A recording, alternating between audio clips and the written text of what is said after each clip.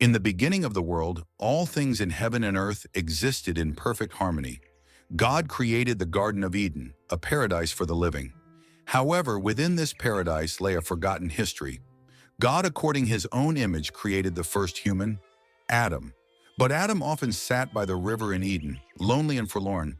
To ease his solitude, God created his first wife, Lilith. A vast mass of earth rose, gradually taking the shape of a woman, radiating brilliant light. Lilith emerged from the light, her long hair flowing, her gaze resolute. Unlike Eve, Lilith was not born from Adam's rib. She was created from the same earth as Adam and was given equal status. Adam looked at Lily fondly, filled with excitement, said, "You are my companion. I am Adam, and you are Lilith." Lilith looked at Adam, curiosity and doubt flickering in her eyes. She asked, "Are we equals?" "Of course." Adam answered. They spent some time together in the Garden of Eden, but the peace did not last long. In the depths of Eden, under the moonlit night, all was silent. Adam and Lilith quarreled over the matter of sexual position. Lilith said, "I will not lie beneath." while Adam insisted.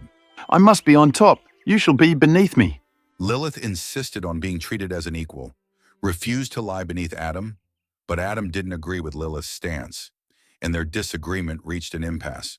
Lilith felt frustrated and angry, realizing that the promise of equality was an illusion.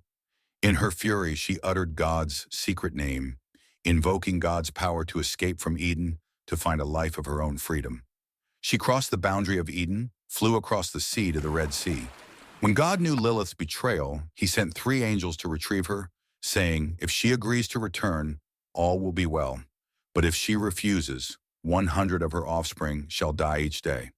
The angels left God's presence and pursued Lilith, finally finding her in the midst of the Red Sea. They delivered God's message to her, but she still refused to return. Lilith, defiant of God's authority, declared that she would rather live freely in darkness than submit to anyone's control. This defiance led to her punishment by God. Meanwhile, Adam lamented to God about his loneliness. In response, God took one of Adam's ribs and created Eve to be his new companion, ensuring that Eve would always be obedient to Adam. The story doesn't end here. The most popular legend in 18th century Europe was that in the Red Sea, the union of Lilith and the fallen angels gave birth to a multitude of demons. However, God's curse forced Lilith to endure the constant pain of losing her children. So Lilith began to summon all of her dark energy, and her power increased so much that she became intimately connected to the night, darkness, and death, and became a true vampire, which is the origin of all vampire lore. Lilith sought vengeance, becoming a bloodthirsty killer who would hunt down and murder human children at night. She used their blood as sacrifices to the Red Sea, turning the waters blood red and becoming a witch who devoured infants in the night. She roamed in the darkness, constantly seeking opportunities for revenge, and turned her gaze not only on the descendants of Adam and Eve, but also on young men full of vitality. Lilith's daughters, collectively known as the Lilim, were said to be lustful demons.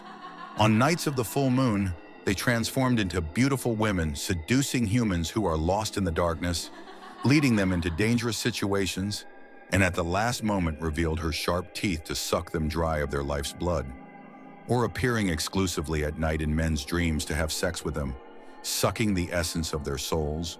The descendants of these bloods are growing in size and are living in style in the human world. They have superpowers and immortality. No mortal can deal with them, and no mortal knows their weaknesses. In the end, God, enraged, was forced to make a covenant with Lilith. God would no longer harm Lilith's offspring, but in return, Lilith was forbidden from harming Adam's descendants. Once a boy had undergone circumcision on the 8th day after birth, Lilith would no longer be allowed to kill him. In folklore, newborn babies often wore amulets for protection, both as a safeguard and as a defense against Lilith.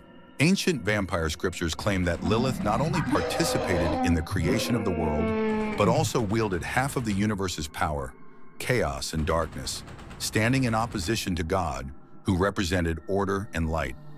She is both a symbol of rebellion and a representation of female power, full of mystery and challenge. Her legend reminds us to dare to challenge authority and injustice, as any form of oppression can lead to terrifying consequences.